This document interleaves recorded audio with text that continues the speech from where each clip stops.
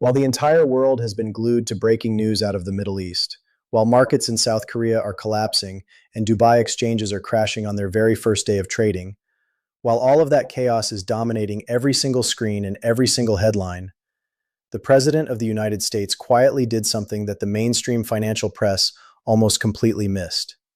He didn't tweet about oil. He didn't tweet about the Strait of Hormuz. He tweeted about crypto, about XRP, about the Genius Act and the Clarity Act, in the middle of a war. And not only that, he met with the CEO of Coinbase before he did it.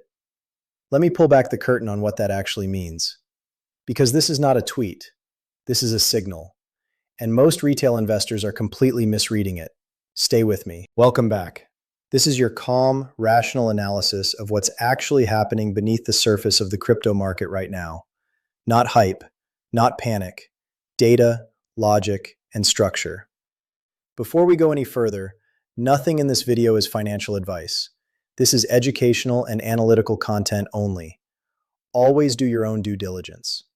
Now, let's decode what just happened, because the signal embedded in this week's events is extraordinary. Let's start with the hard truth. The number one mistake retail investors make during geopolitical chaos is this. They stare at price. They watch the candles. They ask, why is XRP down from $1.42 to $1.37 while Bitcoin is holding near $69,000? And they panic. They feel like something is broken. But here's what they're missing. What we are watching right now is not a failure of the crypto market. It is a rotation signal, and a very specific one. Think about what happened on Monday. XRP ran to $1.42, Bitcoin ran to $70,000, Ethereum pushed to $2,900, Solana touched $90, and then Bitcoin held. Everything else retraced. XRP gave back the majority of its gains. Why? Because the institutional money flowing back into this market right now is flowing predominantly through the Bitcoin ETFs. The ETF infrastructure is the pipe. And right now, the institutional pipes that exist for XRP do not yet have the same diameter as the Bitcoin pipes. That's not a flaw in XRP. That is the setup for the next phase. Here's the hidden mechanism that most people don't understand. In financial markets, infrastructure determines flow. Larry Fink and BlackRock don't move capital through channels that don't have legal clarity. They can't. Their compliance departments won't allow it. So when you see Bitcoin holding its ground while XRP retraces, you are watching the difference between infrastructure that exists today versus infrastructure that is being built for tomorrow. And here is where it gets interesting. David Schwartz, the chief technology officer of Ripple, the architect of the XRP ledger, has been saying for years that the XRP ledger is not built to replace Bitcoin. It is built to replace the correspondent banking system.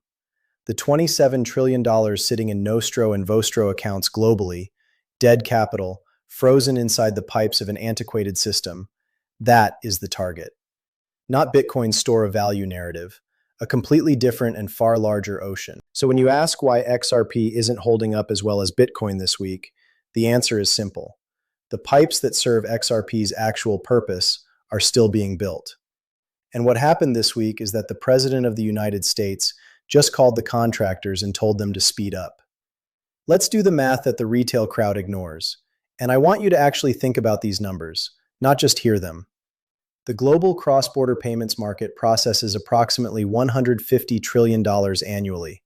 $150 trillion every year, moving slowly, expensively, through correspondent banks that charge fees, hold capital in reserve, and take days to settle. Now, the total fixed supply of XRP is 100 billion tokens.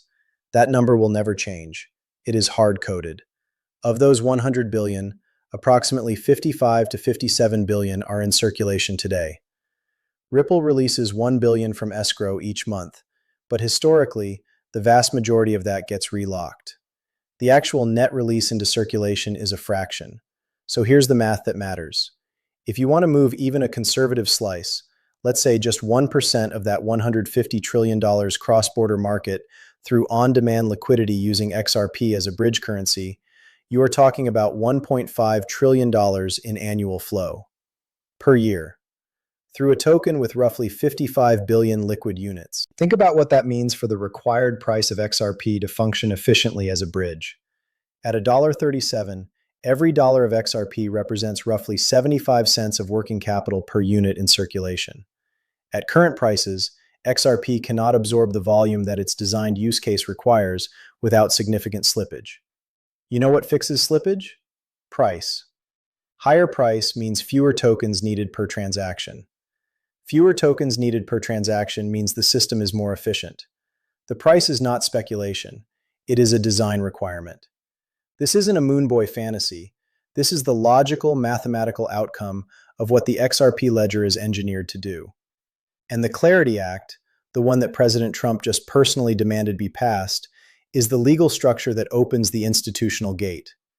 Once that gate opens, the flow begins. And the flow requires price. Here's the other number I want you to hold in your head: $27 trillion. That is the estimated amount locked in Nostro and Vostro accounts globally right now, capital that banks park in foreign currencies to facilitate international transfers. That capital earns nothing. It just sits there. XRP's on-demand liquidity eliminates the need for that entirely. The math says that if XRP captures even a modest fraction of unlocking that $27 trillion in idle capital efficiency, the demand equation is staggering. This isn't a prediction, it's a requirement of the math. Now let's talk about what the smart money is actually doing. Because this week gave us several crystal clear signals that most people dismissed as noise. Signal number 1. The President of the United States, who is currently managing an active military conflict, took time to tweet directly about the Genius Act and the Clarity Act. He named the banks. He named the obstruction. He called crypto strategically important to America. He said that if the Clarity Act doesn't get done, this industry will go to China. Ask yourself this brutal question. Does a sitting president say that in the middle of a war, unless the people in his inner circle, people who understand capital markets, who understand what is at stake, have made absolutely certain he understands the significance? No, that tweet was deliberate. Signal number 2. Before sending that tweet, President Trump met privately with Brian Armstrong, the CEO of Coinbase, the largest regulated crypto exchange in the United States. A meeting at the White House. With the CEO of a crypto company, during a war, think about the access, think about the timing, think about what message that sends to every institutional compliance officer sitting in New York, London, and Singapore trying to decide whether crypto is a viable and legal asset class. Signal number 3. Ripple's strategic positioning has not slowed. The acquisitions of Hidden Road and other institutional infrastructure players tell you exactly what Brad Garlinghouse and the Ripple team are building toward. They are constructing the rails before the train arrives, and Franklin Templeton, Fidelity, and the sovereign wealth funds circling this space don't build pilot programs on platforms they expect to fail. While retail investors this week were selling XRP because it didn't hold $1.42, the institutional architects were watching a president validate their thesis from the Situation Room. That contrast between the crowd's behavior and the smart money's behavior is the entire trade. The crowd stares at price, the institutions stare at infrastructure. And right now, infrastructure is being built at a pace we have never seen before. So when does this actually move? Let's talk about the specific catalysts on the near-term horizon, and I want to be precise, because vague timelines are useless. The Genius Act is already in motion. It is the stablecoin regulatory framework, the first formal piece of U.S. crypto legislation designed to bring dollar-pegged digital assets under a legal umbrella. Trump has now publicly stated the banks are trying to kill it, and he will not allow that. The political will is there. The president has made it personal. The Clarity Act is the next domino. This is the legislation that would formally clarify which digital assets are commodities and which are securities, the question that has hung over XRP and the entire crypto industry for years. With the SEC lawsuit settled, with Ripple having survived the legal gauntlet, and now with the president publicly demanding this gets done, the runway is being built in real time. And here is why this catalyst is different from every other time we've talked about regulatory clarity. The president is not just expressing general support, he is specifically naming the obstruction, the banks, and telling them to make a deal. That is a level of specific executive pressure we have never seen applied to crypto legislation before. Not even close. The window is the current political cycle. The president has maximum leverage right now. Once the midterm cycle begins to dominate the political calculus, attention shifts. The fuse is lit, and it is burning faster than most people realize. Let's talk about the supply side, because this is where the math becomes almost uncomfortable to look at. Crypto quant and on-chain forensic data have been showing something that should stop you in your tracks. Exchange reserves for XRP have been declining. The liquid float, the XRP that is actually sitting on exchanges, available to be bought by the next wave of demand, is measurably smaller than it was 12 months ago, and it continues to drain. Now layer onto that the sentiment data. According to Santiment, social media discussion about altcoins, including XRP, has hit what they are measuring as all-time lows on multiple platforms. The retail crowd has gone quiet. The posts have disappeared. The YouTube algorithm is surfacing less crypto content because engagement has dropped. In short, the crowd has given up. That combination, declining exchange supply, all-time low social sentiment, and the most significant regulatory and political tailwind crypto has ever seen, is historically one of the highest probability setups the market produces. I am not giving you a price target. I am giving you a structural reality. The door is closing for accumulation at these levels. Not because I say so, because the on-chain data says the supply available at these prices is actively contracting while the catalysts for demand acceleration are multiplying. When the Clarity Act passes, the institutional gates open. And they will not be opening into an ocean of liquid supply. They will be opening into a drained tank. Think about what happens to price when institutional demand floods into a drained tank. Now let me address the 3 objections I know are forming in the comments right now, because I'd rather deal with them directly. Objection 1. XRP has been about to explode for years. Why is this time different? Fair, and I respect the pushback. Here's the answer. The SEC lawsuit, the single biggest legal cloud over XRP's institutional adoption, is resolved. That wasn't true 2 years ago. The stablecoin legislation is moving through Congress with explicit presidential support. That wasn't true 2 years ago. The President of the United States just met with the CEO of Coinbase and publicly demanded crypto legislation be passed. That wasn't true 2 years ago. This is not the same environment.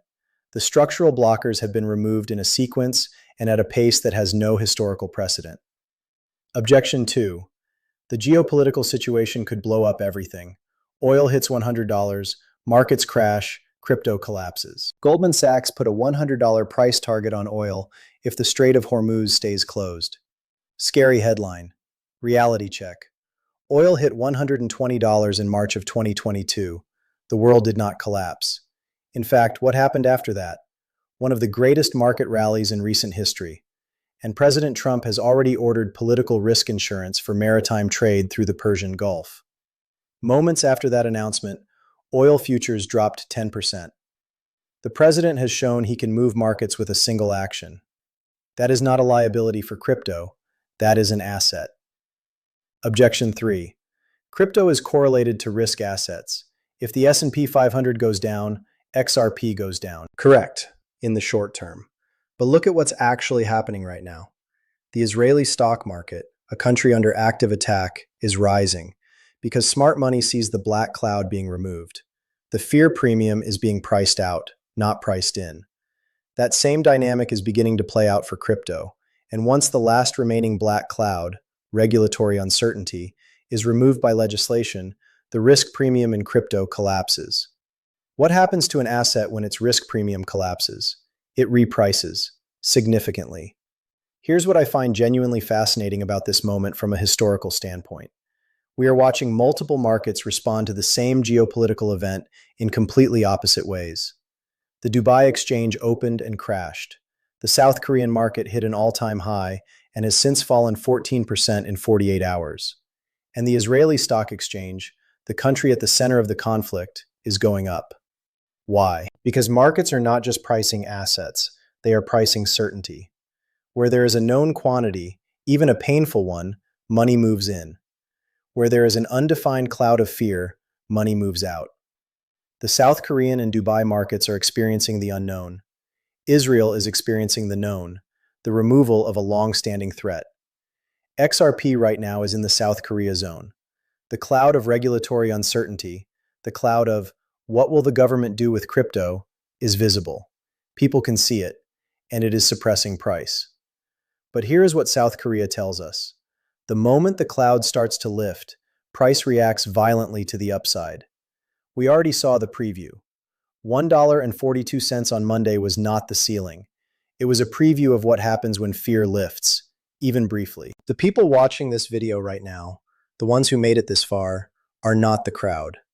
You are not panic selling at $1.37. You are not chasing the next meme coin because XRP moved sideways for a week. You are paying attention to the structure when the room is quiet. And history does not reward comfort. It rewards those who pay attention when the room is quiet. Let me bring it home. The Genius Act, the Stablecoin Framework, the Clarity Act, the Asset Classification Law. A sitting U.S. president publicly demanding both get passed during an active military conflict. A private White House meeting with the CEO of the largest U.S. crypto exchange. Exchange reserves draining. Social sentiment at all-time lows, which historically precedes major upside moves. And a geopolitical cloud that, as it lifts, will send capital flooding back into risk assets that have been suppressed by fear and uncertainty. Every single deterrent that has been holding this market down is in the process of being removed, one by one. And when the last one comes down, when the Clarity Act passes and the institutional gates open, the flood does not arrive into deep water.